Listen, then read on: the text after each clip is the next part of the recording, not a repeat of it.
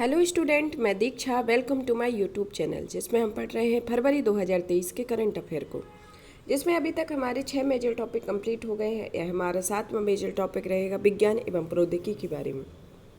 फरवरी माह में क्या महत्वपूर्ण टॉपिक रहे विज्ञान एवं प्रौद्योगिकी से, चलिए पढ़ते हैं। तो स्टार्ट करते हैं। इसके अंतर्गत पहला टॉपिक आता है भारत में लिथियम के भंडार के बारे में। हाल ही में भारतीय भूवैज्ञानिक सर्वेक्षण ने पहली बार जम्मू कश्मीर के रियासी जिले में हेलाना क्षेत्र में लिथियम भंडार का अनुमान लगाया। 5.9 मिलियन टन लिथियम का अनुमान होने का अनुमान लगाया गया और GSI के अनुसार यह अनुमान प्रारंभिक अन्वेषण चरण में, यानी कि यह G3 श्रेणी का है। इसके संदर्भ में इससे संबंधित तथ्य में आता है कि UNFC 1997 के अनुसार यह खोज अनुमानित और प्रारंभिक है तथा यह खनिज के भंडार अनुमानों के स्तर पर सबसे निम्न स्तरीय है और अन्वेषण के 4 स्तरों में से दूसरा है। फिर आता है यह लिथियम का सबसे बड़ा भंडार भारत 7वां सबसे बड़ा भंडार हो सकता है और यह विश्व के सभी भंडारों का लगभग 5.7% है। और इसके पहले भारत में कर्नाटक के मांड्या जिले में लिथियम के भंडार मिलने की सूचना मिली थी। तो क्या इसके इम्पोर्टेंट पॉइंट है? पहला तो ये कि हाल ही में इस पहली बार जम्मू कश्मीर के रियासी इलाके में सालान हेमाना क्षेत्र में लिथियम के भंडार का अनुमान मिला है। वे 5.9 मिलियन टन लिथियम के भंडार होने का अनुमान है तथा इसके अंतर्गत 1997 में इसकी खोज की गई के अनुसार इसकी खोज में अनुमानित एवं प्रारंभिक है तथा इसके खनिज के भंडार अनुमानों के 3 स्तरों में से सबसे निम्न स्तरीय है, जिसमें अन्वेषण के 4 चरणों में से यह दूसरा चरण है। अब आता है यह भंडार लिथियम का 7वां सबसे बड़ा भंडार हो सकता है, जो विश्व के सभी भंडार का 5.7% है और भारत के कर्नाटक के मांड्या में लिथियम के भंडार मिलने की सूचना मिली थी। अब खनिज अन्वेषण के स्टेज के बारे में पढ़ते हैं। खनिज अन्वेषण जो होता है वह संसाधनों की पुनर्प्राप्ति को प्रभावित करने वाले 3 आवश्यक मानदंडों का उपयोग करने वर्गीकरण किया गया है। ठोस ईंधन खनिज संसाधनों के पदार्थों के भंडारण और संसाधनों के वर्गीकरण के लिए संयुक्त फ्रेमवर्क है, जिसके अनुसार आर्थिक एवं वाणिज्यिक व्यवहार्यता, फील्ड प्रोजेक्ट स्थिति और व्यवहार्यता, भूवैज्ञानिक ज्ञान है, जिसमें भूवैज्ञानिक ज्ञान के तहत किसी भी खनिज भंडार के अन्वेषण में अग्रलिखित 4 चरण हो सकते हैं: अभीक्षक सर्वेक्षण, प्रारंभिक सर्वेक्षण, अन्वेषण और सामान्य अन्वेषण और विस्तृत अन्वेषण। तो कितने तरह के अन्वेषण होंगे? 4 तरीके के। पहला आवश्यक सर्वेक्षण, प्रारंभिक सर्वेक्षण और सामान्य सर्वेक्षण और विस्तृत सर्वेक्षण इसके अंतर्गत आएगा। अब पढ़ते हैं भारतीय भूवैज्ञानिक सर्वेक्षण के बारे में कि भारतीय भूवैज्ञानिक सर्वेक्षण क्या है। भारतीय भूवैज्ञानिक सर्वेक्षण की स्थापना 1851 ईस्वी में हुई थी। कब हुई थी इसकी स्थापना? 1851 ईस्वी में। इसकी स्थापना का मुख्य रूप से रेलवे हेतु कोयले के भंडार का पता लगाने के लिए की गई थी। किस के लिए की गई थी? रेलवे के लिए कोयले का भंडार पता लगाने के लिए इसकी स्थापना की गई थी और भारतीय भूवैज्ञानिक सर्वेक्षण खान मंत्रालय के अंतर्गत संबद्ध है, जिसका जो कार्यालय है या जो मुख्यालय है वो कोलकाता पश्चिम बंगाल में है तथा इसका उद्देश्य राष्ट्रीय भूवैज्ञानिक सूचनाओं का संग्रह और खनिज संसाधनों का आकलन करना है। इससे संबंधित तथ्य में आता है कि यह अपने उद्देश्यों की जमीनी सर्वेक्षण, हवाई सर्वेक्षण, खनिज सर्वेक्षण एवं जाँच, बहुविषयीय भूवैज्ञानिक, भूतकनीकी, भू पर्यावरण और प्राकृतिक जोखिमों के अध्ययन, हिमनद विज्ञान एवं भूकंप विवर्तकी अध्ययन और भौतिक अनुसंधान के माध्यम से पूरा करता है। इसके संदर्भ में अब आता है लिथियम का वैश्विक वितरण के बारे में। लिथियम का वैश्विक वितरण यह संयुक्त राज्य अमेरिका भूवैज्ञानिक सर्वेक्षण ने 2022 में कहा था कि वैश्विक स्तर पर कुल लिथियम संसाधन 80 मिलियन टन है। हालांकि जिन भंडारों में से इसे प्राप्त किया जाता है वे 22 मिलियन टन से अधिक आंके गए हैं। लिथियम सभी आबाद महाद्वीपों पर पाया जाता है, जिसमें चिली, अर्जेंटीना, बोलिविया को त्रिकोण लिथियम त्रिकोण के नाम से जाना जाता है, जो 3 देशों में वैश्विक आपूर्ति का 75% पूरा करता है। तो लिथियम त्रिकोण के रूप में कौन कौन से देश माने जाते हैं? चिली, अर्जेंटीना, बोलिविया, जहाँ पर बोलिविया, जहाँ पर 75% लिथियम के भंडार पाए जाते हैं। अब आता है लिथियम की उपयोगिता के बारे में, लिथियम के गुण के बारे में। लिथियम किस तरीके का पदार्थ है? लिथियम के गुण के बारे में देखते हैं कि लिथियम या भूपर्पटी में पाई जाने वाली मुलायम चमकदार स्लेटी रंग की धातु है तथा सभी धातुओं की तुलना में इसका घनत्व तो कम होता है। यह जल के साथ तीव्र अभिक्रिया करती है, प्रकृति में स्वतंत्र रूप से धातु के रूप में नहीं प्राप्त होती है। स्पोडिनम, पेटालाइट, लेपिडोडाइट, एबलिगोनाइट जैसे खनिज संसाधनों में है जिनमें लिथियम प्राप्त होती है।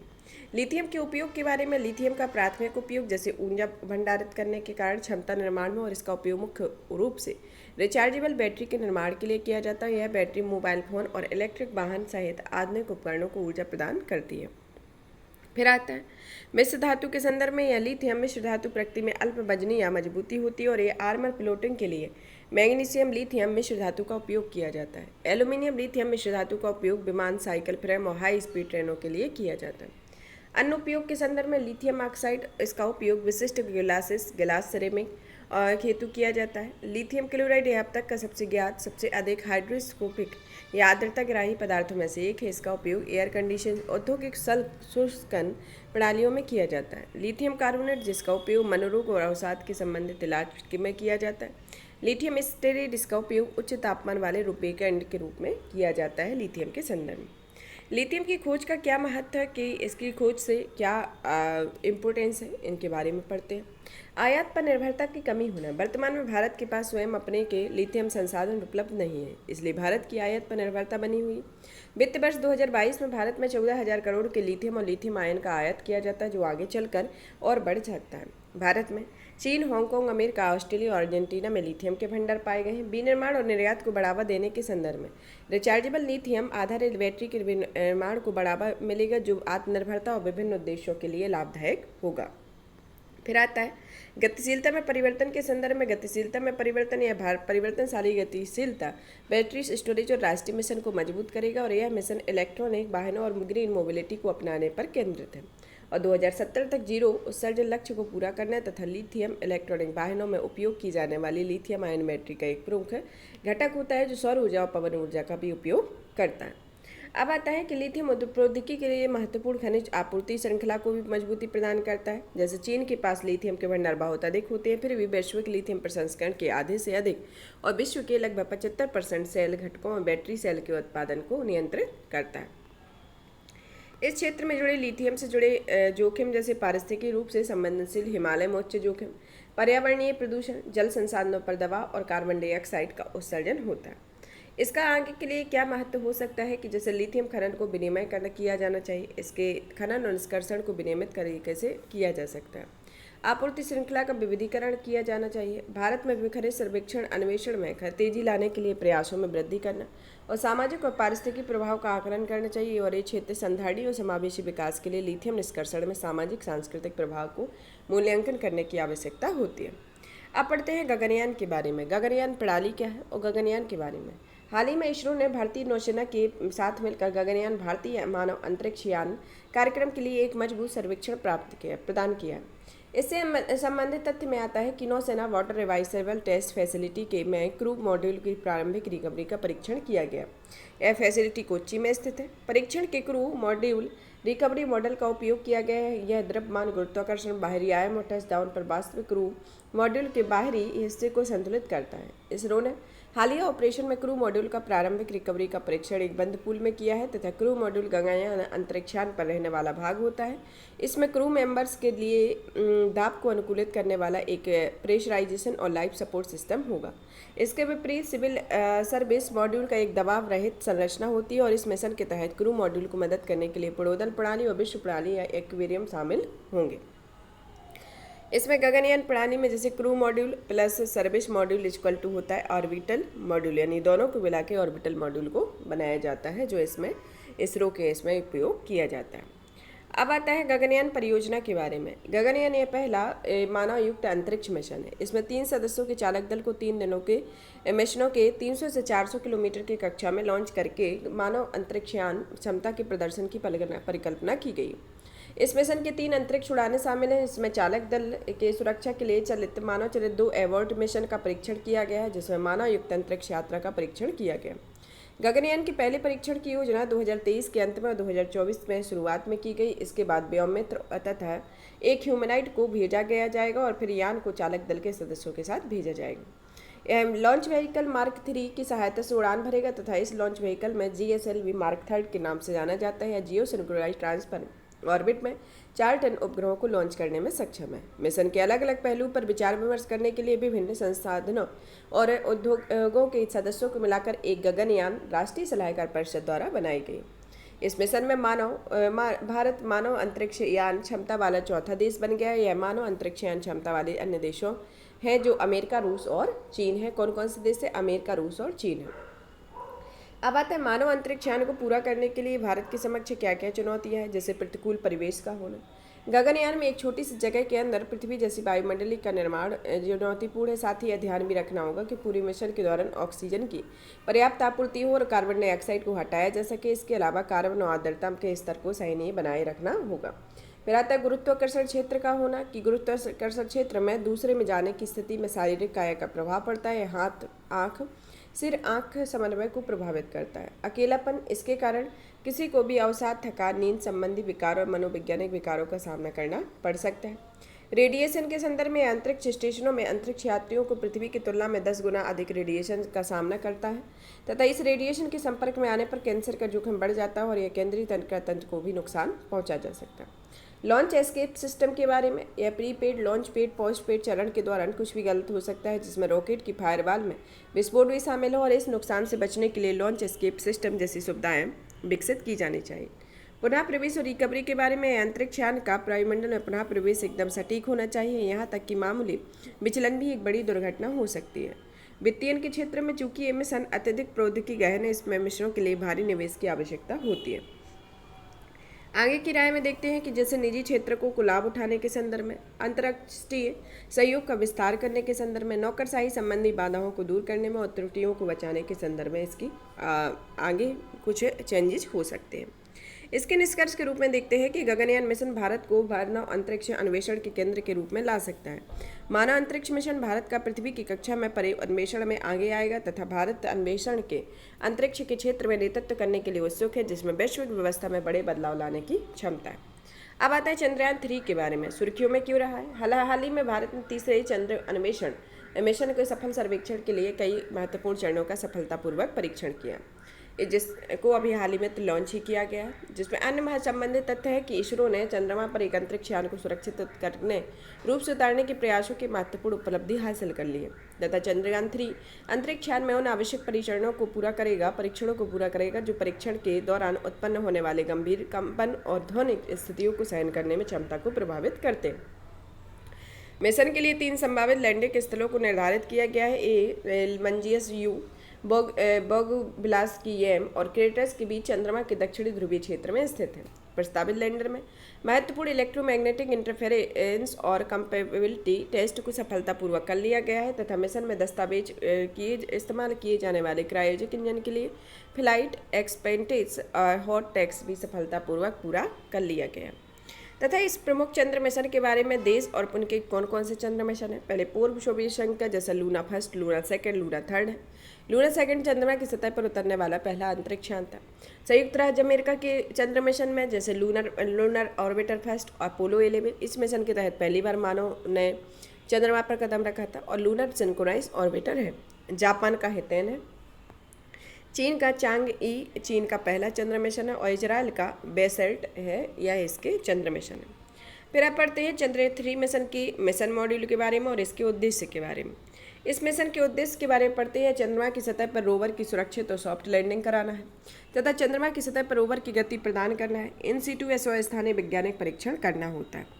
इसमें लैंडर मॉड्यूल तथा रोवर शामिल होता है, इंटीग्रेटेड मॉड्यूल होता है, प्रोपल्स मॉड्यूल होता है। मिशन मॉड्यूलेशन में लैंडर मॉड्यूल के बारे में, या radio anatomy of bound hyper sensitive ionosphere atmosphere है। यह निकट सतह, प्लाज्मा घनत्व और समय के साथ होने वाली परिवर्तनों को मापने हेतु है।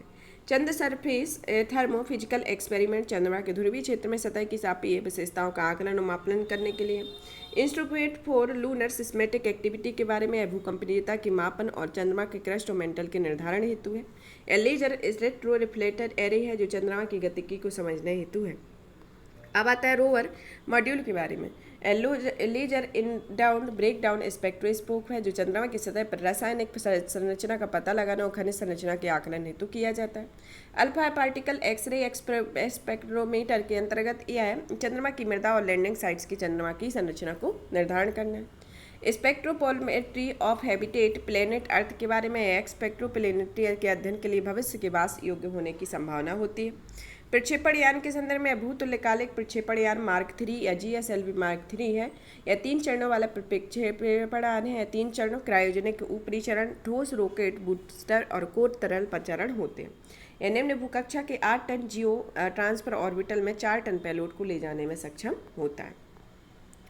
अब देखते हैं चंद्रयान फर्स्ट के बारे में और चंद्रयान सेकंड के बारे में। जो चंद्रयान फर्स्ट को 2009 में, चंद्रयान सेकंड को 2019 में प्रक्षेपित किया गया। उसके क्या उद्देश्य हैं, क्या मॉड्यूल है, क्या इसके निष्कर्ष रहे।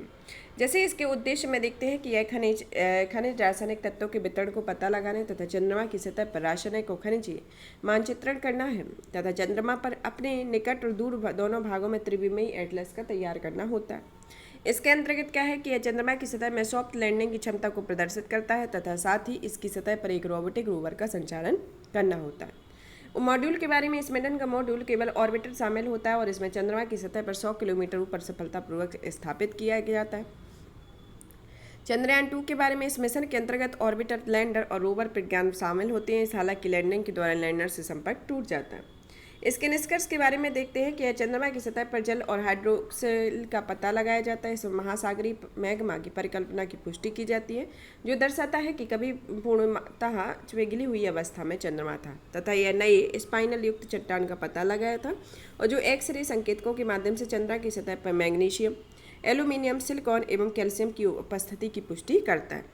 चंद्रमा के मध्य उच्च अक्षांशों में भिन्न स्तरों वाले आर्गन 40 की अभी पुष्टि की गई है तथा इसमें चंद्रमा की सतह पर क्रोमियम और मैग्नीज की मौजूदगी का भी पता लगाया जाता है। इसमें उपसतही बर्फ जल के साक्ष्य का पता लगाया गया है जो ध्रुवीय क्षेत्रों में चंद्रमा की स्थलाकृतिक विशेषताओं की उच्च रेजोल्यूशन आधारित मानचित्रण है। इससे पहली बार सूर्य के सक्रिय क्षेत्र में बाहर माइक्रो सोलर फ्लेयर्स की उपस्थिति का पता लगाया और यह सूर्य कोरोना की तापीय व्यवस्था के कारणों में समझने में मदद करेगा। इसके संदर्भ में इसरो के पहले चले चंद्रयान मिशनों से सबक, जैसे चंद्रयान फर्स्ट और चंद्रयान सेकंड मिशनों ने चंद्रमा की भूवैज्ञानिक, खनिज विज्ञान और स्थलाकृति की हमारी समझ को और बेहतर बनाने में मदद किया है। नेविगेशन के बारे में भी सीख प्राप्त हुई है। ऑर्बिटर के जीवन काल में वृद्धि किस तरीके से होती है उसके बारे में इसमें कुछ एक्स्ट्रा एक्टिविटी दिखी है।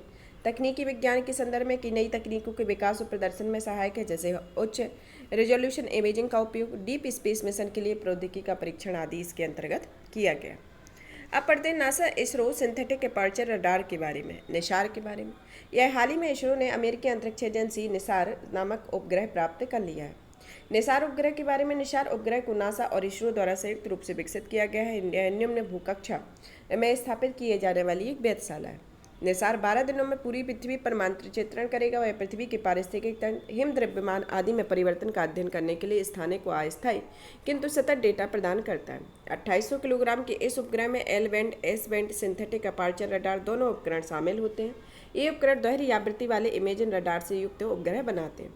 इंटीग्रेटेड रडार इंस्ट्रूमेंट स्ट्रक्चर पर लगे एसएआर पेलोड और अंतरिक्ष यान को संयुक्त रूप से वेधशाला कहा जाता है। नासा द्वारा L band radar GPS data store करने के लिए एक उच्च क्षमता वाला सॉलिड टेस्ट रिकॉर्डर और एक पेलोड डेटा सबसिस्टम प्रदान किया जाएगा। इसके द्वारा इसरो मिशन के एस बैंड रडार जीएसएलवी प्रक्षेपण प्रणाली में अंतरिक्ष यान को प्रदान किया जाएगा। इसके अंतर्गत फ्रिक्वेंसी बैंड और उपग्रह है। फ्रिक्वेंसी बैंड के बारे में एल बैंड रडार है जो 15 से 30 सेंटीमीटर की तरंगदैर्घ्य में 1 से 20 गीगावाट की आवृत्ति पर काम करते हैं तथा एल बैंड रडार ज़्यादातर स्वच्छ वायु विक्षोभ अध्ययन को उपयोग के लिए किया जाता है तथा एस बैंड रडार में 8 से 15 सेंटीमीटर की तरंगदैर्घ्य 2 से 4 गीगाहर्ट्ज़ की आवृत्ति पर यह काम करता है। इसके संदर्भ में फिर आता है इसरो के से अंतर्राष्ट्रीय सहयोग के बारे में, जैसे योजनाबद्ध मिशन तृष्णा यह इसरो और national centre for space studies France की संयुक्त पहल है। किसकी पहल है? यह इसरो और national centre for space studies France की पहल है। इसके तहत थर्मल इंफ्रास्ट्रक्चर मेजर के माध्यम से पृथ्वी अवलोकनों पर उपग्रह को मिशन शुरू किया जाता है। ल्यूपेक्स के बारे में, ल्यूपेक्स यह इसरो और जापान एरोस्पेस एक्सप्लोरेशन एजेंसी की संयुक्त पहल है जिसका उद्देश्य चंद्रमा के दक्षिणी ध्रुव को लैंडर और रोवर के माध्यम से भेजा जाता है। फिर आता है भेजे गए मिशन के अंतर्गत, जैसे मेगाट्रॉपिक्स 2011 उष्णकटिबंधीय वातावरण और जलवायु परिवर्तन का अध्ययन करने के लिए इसरो और national centre for space studies France की एक संयुक्त पहल है। सरल 2013 यह इसरो और national centre for space studies France की एक संयुक्त पहल है जिसमें उद्देश्य अल्टीमेट्री का उपयोग करके अंतरिक्ष से महासागर का अध्ययन करना होता है। मिशन के उद्देश्य के बारे में, हाई प्रिजन एंड रेजोल्यूशन के बारे में, यह 2 माइक्रोवेव बैंडविड्थ का क्षेत्रों का उपयोग करता है। पृथ्वी की सतह पर 1 सेंटीमीटर से कम हिस्से में होने वाली परिवर्तन की क्षमता को मापने की क्षमता को प्राप्त करता है। विस्तृत इमेजिंग क्षेत्र में इसमें लगे उपकरणों की इमेजिंग कवरेज की क्षमता है। इसकी कक्षा 240 किलोमीटर आगे है और यह 12 दिनों तक पूरी पृथ्वी पर तस्वीर ले सकता है। भारतीय तटों और अंटार्कटिका का अवलोकन के संदर्भ में यह निसार भारत के संपूर्ण तटीय क्षेत्र में डेटा प्रदान करने, डेटा क्षेत्र में समीप समुद्र तल में होने वाले वार्षिक परिवर्तनों में निगरानी करनेगा। निसार मिशन के बारे में भारत में अंटार्कटिका और ध्रुवीय स्टेशनों के आसपास के समुद्री हिम की विशेषताओं का निरीक्षण करेगा, जिसका उपयोग समुद्र में तेल रिसाव का पता लगाने, आकस्मिक तेल रिसाव के दौरान निवारक उपयोगों को प्रभावित करने के स्थान पर सूचित करने के लिए किया जाएगा और विभिन्न क्षेत्रों के अवलोकन के लिए जैसे हिम चादरों के टूटने, भूकंप, सुनामी, ज्वालामुखी, भूस्खलन, प्राकृतिक खतरे भी इसके अंतर्गत शामिल है। अब आता है मिशन के संभावित उपयोग के बारे में देखते हैं, जैसे क्रायोस्फीयर से ढके क्षेत्र की ट्रैकिंग करने के लिए, पारिस्थितिकी और संसाधनों की ट्रैकिंग के लिए, आपदा प्रबंधन के लिए इसमें अलग अलग क्षेत्रों में इसका मिशन का संभावित उपयोग किया गया। अब आता है WHO की महामारी संधि के बारे में। हाल ही में विश्व स्वास्थ्य संगठन ने सदस्यों की महामारी संधि के पहले दौर की वार्ता की है तथा यह WHO भविष्य में उत्पन्न होने वाली महामारियों के खतरे मिटाने के लिए 2 प्रमुख अंतर्राष्ट्रीय पहलों का नेतृत्व करता है। इसके अंतर्गत प्रथम पहल वैश्विक स्वास्थ्य चेतावनियों के प्रसार की गति और दक्षता में सुधार हेतु अंतर्राष्ट्रीय स्वास्थ्य विनियमों को संशोधित करना। दूसरी पहल भावी महामारियों के लिए उचित, अधिक कुशल और न्यायसंगत प्रतिक्रिया प्रदान करने के लिए एक नई महामारी संधि परामर्श करना होता है। इस पहल के उद्देश्य के बारे में कोविड-19 के अनुभवों को सीखना तथा सूक्ष्म जीवों से उत्पन्न होने वाले नए खतरों से निपटने के लिए वैश्विक क्षमताओं में वृद्धि करना है। महामारी संधि के बारे में महामारी संबंधी WHO ने महामारी से निपटने के लिए वैश्विक प्रयासों को बढ़ावा देने के लिए 1 फरवरी 2023 को महामारी संधि का 0 ड्राफ्ट प्रकाशित किया। ऐसा वैश्विक और अंतर्राष्ट्रीय स्तर पर महामारी हेतु तैयारी करने के लिए अंतिम दस्तावेज क्या होगा, इस पर आधिकारिक रूप से वार्ता शुरू होगी। यह दस्तावेज 2024 में विश्व स्वास्थ्य सभा में प्रस्तुत किया गया। इससे पहले WHO की विश्व स्वास्थ्य सभा एक अंतर सरकारी वार्ता निकाय है जो स्थापना की गई। इस निकाय का कार्य महामारी को बेहतर तरीके से नियंत्रित करने हेतु WHO कन्वेंशन का मसौदा तैयार करना और उस पर वार्ता करना शामिल होता है। अब पढ़ते हैं इस महामारी से संबंधित वैश्विक और राष्ट्रीय स्तर पर तैयारी किए जाना आवश्यक है। मसौदा बहुपक्षीय वार्ताओं का मार्ग प्रशस्त करेगा। इससे सदस्यों के समूह में सुझाव आमंत्रित किए जाएंगे। इसका उद्देश्य महामारी से बचाव करना तथा उसके लिए तैयार करना तथा प्रतिक्रिया देना, स्वास्थ्य प्रणालियों की रिकवरी करके दुनिया की क्षमताओं को मजबूत करना है, जिसके माध्यम से महामारी की रोकथाम, जीवन की सुरक्षा और बीमारी की बोझ से कम करने में आजीविका की रक्षा करने में की जा सकती है। अब आते हैं 0 ड्राफ्ट की विशेषताओं के बारे में, जैसे नेटवर्क की स्थापना का करना। इसका उद्देश्य महामारी की स्थिति में वैश्विक आपूर्ति श्रृंखला तथा लॉजिस्टिक नेटवर्क को स्थापित करना है ताकि संकट की स्थिति में सभी सदस्य देशों में टीकों और आवश्यक दवाओं का वितरण किया जा सके। समानता सुनिश्चित करने के संदर्भ में यह महामारी से निपटने से संबंधित उत्पादों जैसे वैक्सीन, चिकित्सीय निदान सामग्री और आसान पहुँच को कम करने का आह्वान करता है। इसके अलावा अन्य जरूरी सामग्रियों को भी सुनिश्चित करता है। फिर आता है इसमें हालांकि उपयुक्त लक्ष्यों की प्राप्ति के लिए विनिर्मित क्षमता में अधिक वृद्धि को प्राप्त करने के लिए, नवाचार को बढ़ावा देने के संदर्भ में, पारदर्शिता लाने में, शासी निकाय स्थापित करने के संदर्भ में, WHO की प्राधिकारी को विस्तार करने के लिए, स्वास्थ्य ढांचे को सुदृढ़ीकरण के लिए, जैसे स्वास्थ्य ढांचे को मजबूत करना, स्वास्थ्य क्षेत्र में लगे कार्यबल को सशक्त बनाना, मानवाधिकारों की सुरक्षा करना, सदस्य देशों के बीच सहयोग को प्रोत्साहन देना और एकीकृत स्वास्थ्य दृष्टिकोण को लागू करना शामिल है। संक्षिप्त सुर्खियों में आते हैं लघु उपग्रह प्रक्षेपण यान के बारे में। यह SSLV की दूसरी विकासात्मक उड़ान है तथा यह उड़ान ने 3 उपग्रहों के उनके सटीक कक्षा को स्थापित किया है। यह पहले SSLV की पहली प्रक्षेपण उड़ान में उपग्रहों को उनकी कक्षा में स्थापित करने के लिए असफल रहा। SSLV D2 प्रक्षेपण उपग्रह के संदर्भ में EOS-07 यह इसरो द्वारा विकसित एक भू परीक्षण उपग्रह है। जेनेस फर्स्ट यह संयुक्त राज्य अमेरिका स्थित एंटेरिस और भारतीय सहयोगियों द्वारा निर्मित एक प्रौद्योगिकी विज्ञान उपग्रह। आज़ादी सेट 2 यह भारत भर में लगभग 750 छात्राओं द्वारा संयुक्त रूप से विकसित का उपग्रह है। इसका उपयोग स्पेस किड्स इंडिया के निर्देशन में हुआ। SSLV के बारे में 3 चरणों वाला प्रक्षेपण यान होता है जो 3 ठोस चरणों से युक्त होता है। साथ ही यह टर्मिनल के चरण में तरल प्रणोदन आधारित वेलोसिटी ट्रैकिंग मॉड्यूल का उपयोग किया जाता है जो मिनी माइक्रो नैनो सैटेलाइट को 500 किलोमीटर कक्षा में प्रक्षेपित करने में सक्षम होता है। PSLV GSLV के विपरीत SSLV जो लंबत और छेदित दोनों तरह से असेंबल किया जाता है। इनकी अन्य विशेषताओं में आता है कि इसकी प्रक्षेपण लागत कम होती है, इसका टर्न अराउंड समय कम होता है, मांग के आधार पर लघु उपग्रहों को प्रक्षेपण संभव होता है, प्रक्षेपण के लिए संरचनात्मक आवश्यकताओं जरूरी पड़ती है।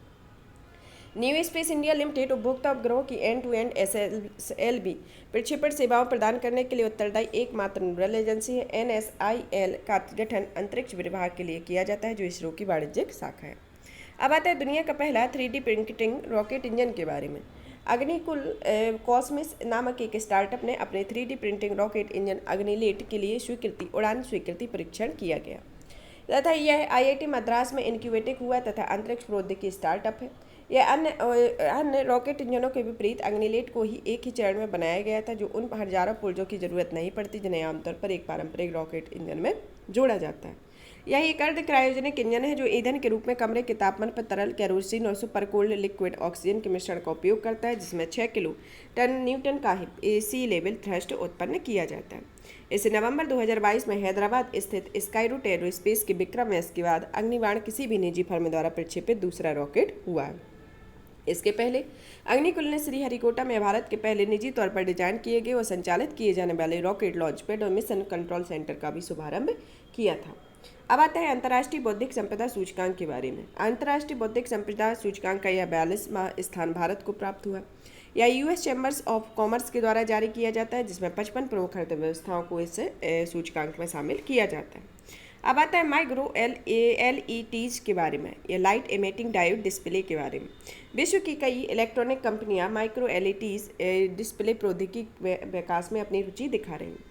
माइक्रो LED डिस्प्ले में कई माइक्रोस्कोपिंग LED शामिल होते हैं, जो LED प्रत्येक डिस्प्ले पिक्सल को स्वयं प्रकाशित करती हैं और ठीक उसी तरह से जैसे OLED ऑर्गेनिक LED पैनल होता है। MLED उतना ही छोटा होता है जितना कि 1 सेंटीमीटर आकार के बाल को 200 छोटे टुकड़ों में काटा जाता है। इनमें MLED सेमीकंडक्टर होता है जो इलेक्ट्रिक सिग्नल को रिसीव करता है, और एक बार में जब ये MLED एकत्रित हो जाती हैं तब ये मॉड्यूल बन जाते हैं और कई मॉड्यूल संयुक्त होकर स्क्रीन बनाते हैं। अब आता है इसके अंतर्गत अन्य डिस्प्ले कैसे काम करते हैं, जैसे पिक्सल टाइप या बैकलाइट डिस्प्ले होता है, और OLED सेल्फ एमिसिव डिस्प्ले होता है, और MLED सेल्फ एमिसिव डिस्प्ले होता है। इसकी चमक जो होती है वह उच्च होती है, OLED की निम्न होती है और MLED की अधिक उच्च होती है। अब इन MLED के लाभ को देखते हैं कि ये सेल्फ एमिसिव बेहतर कलर रिप्रोडक्शन एंड बेहतर व्यूइंग एंगल प्रदान करते हैं। सेल्फ एमिसिव एक डिस्प्ले स्क्रीन तकनीक होती है जिसमें पिक्सल आंतरिक रूप से रंग उत्पन्न करते हैं। असीमित स्केलेबिलिटी, क्योंकि ये रिजोल्यूशन फ्री और बेजल फ्री और रेशियो फ्री, यहाँ तक कि साइज फ्री भी होते हैं, तथा ये LCD और OLED की तुलना में अधिक दक्ष और चमकदार होते हैं, जो अधिक टिकाऊ और उच्चतर रंग व्यापकता से युक्त होते हैं। इसके समक्ष कुछ चुनौतियां हैं, जैसे डिस्प्ले के उत्पादन में लागत में काफ़ी अधिक होना। लिक्विड क्रिस्टल डिस्प्ले की बाजार डिस्प्ले काफ़ी अधिक होती है। अब आता है डिजिटल कनेक्टिविटी इंफ्रास्ट्रक्चर प्रोवाइडर के बारे में। यह भारतीय दूरसंचार विनियामक प्राधिकरण है एकीकृत लाइसेंसिंग के लिए डिजिटल कनेक्टिविटी इंफ्रास्ट्रक्चर प्रोवाइडर के प्रारंभ में एक आरंभ स्तर पर परामर्श पत्र जारी किया। ट्राई ने आर्थिक विकास में मजबूत डिजिटली कनेक्टिविटी इंफ्रास्ट्रक्चर के महत्व को रेखांकित किया, और इसी संदर्भ में ट्राई ने एकीकृत लाइसेंस व्यवस्था के तहत DCIP प्राधिकार को शुरुआत करने के लिए एक परामर्श पत्र जारी किया। DCI के इम्पोर्टेंस के बारे में, यह उत्पादकता को बढ़ाता है तथा जीवन की गुणवत्ता को बढ़ाने में सुधार करता है, जिसका उपयोग वित्तीय सेवाओं, E-गवर्नेंस, टेलीमेडिसिन आदि में किया जाता है, जो digital India, make in India, Ayushman Bharat mission आदि के विभिन्न अलग अलग योजनाओं के कार्यान्वयन में मदद भी करता है। अब आता है राष्ट्रीय डिजिटल संचार नीति 2018 के बारे में। एप्रोपल इंडिया मिशन के तहत DCI पर बल देती है। यह 2018 के मिशन को पूरा करने के लिए एक रणनीति के रूप में अलग अलग चरणों जैसे अवसंरचना, नेटवर्क, सेवा और एप्लीकेशन को चरण को विभेदक लाइसेंसिंग व्यवस्था के माध्यम से जोड़ने की परिकल्पना की गई है, तथा यह DCIP इंफ्रास्ट्रक्चर नेटवर्क चरण का कार्य करेगा। इससे तृतीय पक्ष संस्थाओं का गठन होगा, जो संस्थाएं निष्क्रिय सक्रिय निर्माण करती हैं। इसके संभावित लाभ में देखते हैं कि सामान्य या साझा करने योग्य होना तथा निर्लागत में कमी, निवेश में आकर्षित करना, सेवा वितरण व्यवस्था को मजबूत करना। निष्क्रिय इंफ्रास्ट्रक्चर से आशय भौतिक संरचनाओं से है, जो telecom tower, fibre, distribution hub आदि। सक्रिय इंफ्रास्ट्रक्चर से तात्पर्य एंटीना, बैकहॉल कनेक्टिविटी जैसे सक्रिय घटकों से होता है। अब आता है लार्ज लैंग्वेज मॉडल के बारे में। यह मॉडल मेटा प्लेटफॉर्म्स ने लार्ज लैंग्वेज मॉडल को विकसित किया है। यह large language model artificial intelligence का एक उप क्षेत्र में शोधकर्ताओं की सहायता के लिए विकसित एक मूलभूत भाषा मॉडल है। LLMs आर्टिफिशियल इंटेलिजेंस सिस्टम है जो इंटरनेट स्रोतों से आर्टिकल, न्यूज़ रिपोर्ट और सोशल मीडिया पोस्ट जैसे डिजिटल पोस्ट टेक्स्ट का बड़े पैमाने पर उपयोग करता है।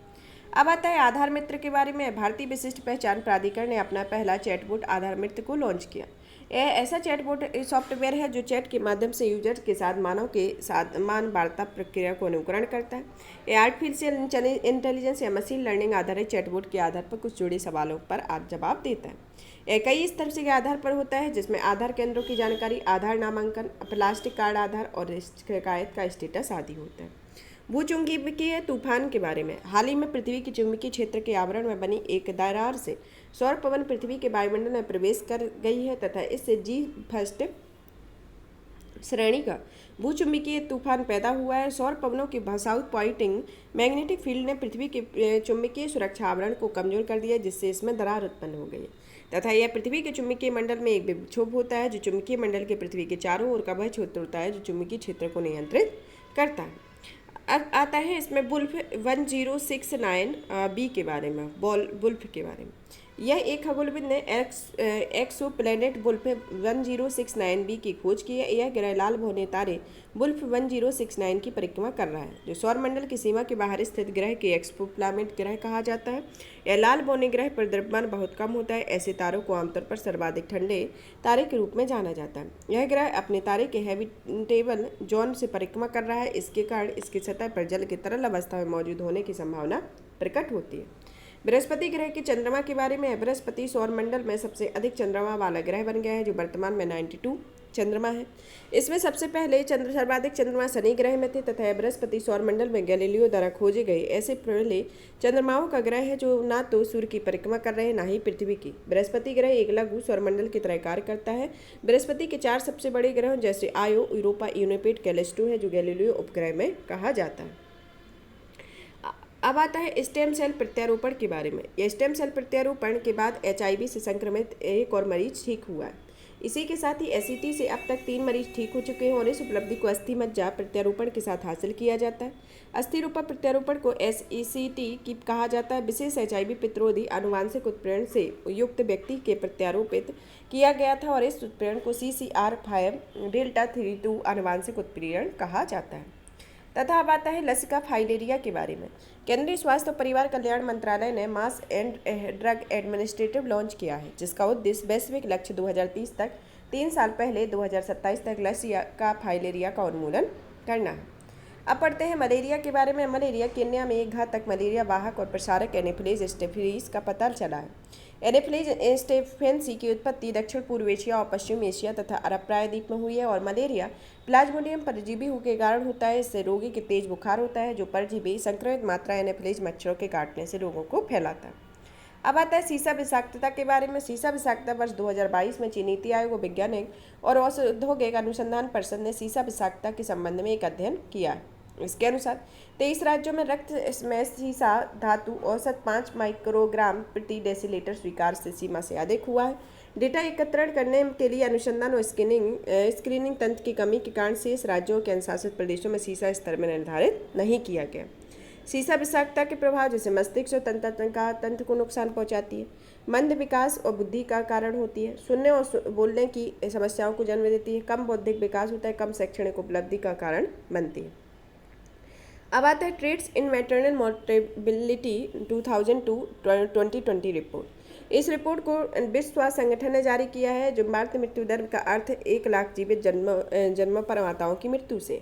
वर्ष 2000 से 2020 में मातृ मृत्यु दर की गिरावट 34% रही है, जो प्रत्येक दिन गर्भावस्था और प्रसव से जुड़ी लगभग 800 महिलाओं की मृत्यु होती है। तथा सतत विकास लक्ष्य के टारगेट 3.1 के अंतर्गत का उद्देश्य 2030 तक मातृ मृत्यु दर 1 लाख जीवित जन्मों में 70 से कम करना है। इसके संदर्भ में अब आता है दार अल सलाम घोषणा पत्र के बारे में। यह घोषणा पत्र का लक्ष्य 2030 तक बच्चों को एड्स के उन्मूलन करना है तथा इस घोषणा पत्र को global alliance to end AIDS in children की पहली मंत्रिय स्तरीय बैठक में जारी किया गया है। यह पहल 12 अफ्रीकी देशों और UN, एड्स और अन्य स्वास्थ्य एजेंसियों को साथ में लाती है। फिर आता है अंतर्राष्ट्रीय स्वास्थ्य विनिमय 2005 के बारे में। अंतर्राष्ट्रीय स्वास्थ्य विनिमय के अंतर्गत अंतर्राष्ट्रीय स्वास्थ्य विनिमय 2005 में संशोधन करने का पहला दौर स्टार्ट हुआ था तथा यह 196 देशों के बीच कानूनी रूप से बाध्यकारी समझौता है, जिसका उद्देश्य दुनिया भर में संभावित लोक स्वास्थ्य आपात स्थितियों का पता लगाने और रिपोर्ट करने की क्षमता निर्मित करना होता है। अब आता है खेलों में डोपिंग के बारे में। खेलों में डोपिंग की समस्या का समाधान करने के लिए त्रिपक्षीय समझौते ज्ञापन पर हस्ताक्षर किए गए। युवा कार्यक्रम और खेल मंत्रालय, भारतीय खाद्य सुरक्षा मानक प्राधिकरण तथा राष्ट्रीय प्रौद्योगिकी शिक्षा और अनुसंधान संस्थान हैदराबाद में एक समझौता ज्ञापन पर हस्ताक्षर किए गए, जिसका उद्देश्य भारत में पोषण प्रदान करने वाले सप्लीमेंट की परीक्षण क्षमता का निर्माण करना है, डोपिंग रोधी डोमेन में अनुसंधान के अवसरों को बढ़ावा देना, डोप मुक्त पोषक सप्लीमेंट उपलब्ध करवाना आदि इसके अंतर्गत होता है। अब आता है हाइब्रिड साउंडिंग रॉकेट के बारे में। प्राइवेट कंपनी ने भारत का पहला हाइब्रिड साउंडिंग रॉकेट तमिलनाडु में लॉन्च किया है। यह Martin foundation doctor APJ Abdul Kalam प्रक्षेपणयान 2023 में लॉन्च किया गया। इसे doctor APJ Abdul Kalam international foundation and space India के सहयोग से लॉन्च किया गया। इस रॉकेट का उपयोग मौसम, वायुमंडलीय दशाओं और विकिरण के अनुसंधान किया जाता है। यह साउंडिंग रॉकेट 1 या 2 चरणों वाला प्रणोदक रॉकेट होता है, जिसका उपयोग ऊपरी वायुमंडल के क्षेत्रों में अध्ययन करने और अंतरिक्ष अनुसंधान के लिए किया जाता है। अब आता है परमाणु ऊर्जा कार्यक्रम के बारे में। हरियाणा का पहला परमाणु ऊर्जा कार्यक्रम हरियाणा में स्थापित किया गया। इस परमाणु ऊर्जा संयंत्र को हरियाणा के फतेहाबाद जिले में गोरखपुर गांव में स्थापित किया गया है, जिसका निर्माण गोरखपुर हरियाणा अणु विद्युत परियोजना में 700 मेगावाट विद्युत क्षमता की 2 इकाइयाँ होंगी, जो प्रत्येक इकाई में प्रेशराइज्ड हैवी वाटर रिएक्टर का प्रयोग किया गया है। भारत में 3 चरणों वाला परमाणु ऊर्जा कार्यक्रम है, जो डॉक्टर होमी भाभा ने की थी। इस कार्यक्रम को बंद नाभिकीय ईंधन चक्र पर आधार है, जिसके अंतर्गत चरण फर्स्ट, चरण सेकेंड, चरण थर्ड चरण आते हैं, जिसमें चरण फर्स्ट प्राकृतिक यूरेनियम में संचालित PHWRSC और प्यूटेरियम 239 का उत्पादन करेगा, जो भारी जल का उपयोग मंदक और शीतलक के रूप में किया जाएगा। फिर आता है फास्ट ब्रेडर रिएक्टर में, जो पहले चरण में प्राप्त प्लूटोनियम 239 का उपयोग ईंधन के रूप में किया जाएगा, जो यूरेनियम 238 का उत्पादन करेगा, और चरण 3 में थोरियम के प्रयोग के लिए अत्याधुनिक परमाणु ऊर्जा प्रक्रिया विकसित की जाएगी। अब आता है भारत में स्तरीय परमाणु ऊर्जा कार्यक्रम के दूसरे चरण में है कि भारत में परमाणु ऊर्जा विद्युत क्षमता 6780 मेगावाट है, जो 2030 में 22480 से बढ़ने की क्षमता है, और परमाणु ऊर्जा भारत के लिए विद्युत का 5वां सबसे बड़ा स्रोत है। सरकार द्वारा उठाए गए कदमों के अंतर्गत जैसे परमाणु ऊर्जा संशोधन अधिनियम 2015 पारित किया गया है। यह अधिनियम परमाणु ऊर्जा संयंत्रों के निर्माण के लिए सार्वजनिक क्षेत्र की कंपनियों को संयुक्त उपक्रम बनाने की अनुमति देता है। परमाणु नुकसान के लिए सिविल दायित्व अधिनियम 2010 में संबंधित मुद्दों का समाधान करना। इसके अलावा भारतीय परमाणु बीमा पूल की स्थापना की जाएगी। अब देख लेते हैं कि इसमें जो परमाणु ऊर्जा संचालित संयंत्र कौन कौन से हैं। जैसे नरौरा उत्तर प्रदेश में, नरौरा विद्युत स्टेशन उत्तर प्रदेश में, रावतभाटा परमाणु विद्युत स्टेशन जो राजस्थान में, काकरापारा यह गुजरात में है, तारापुर महाराष्ट्र में है, कैगा तमिलनाडु कर्नाटक में है, और फिर मद्रास परमाणु विद्युत स्टेशन जो मद्रास तमिलनाडु में, और कुणनकुलम परमाणु विद्युत संयंत्र यह भी महाराष्ट्र में है। यहाँ पर ये विज्ञान एवं प्रौद्योगिकी से संबंधित टॉपिक फिनिश होता है। नेक्स्ट क्लास में नेक्स्ट टॉपिक के साथ मिलते हैं। और भी इसी तरीके की वीडियो को देखने के लिए चैनल को लाइक करें, सब्सक्राइब करें, शेयर करें। धन्यवाद।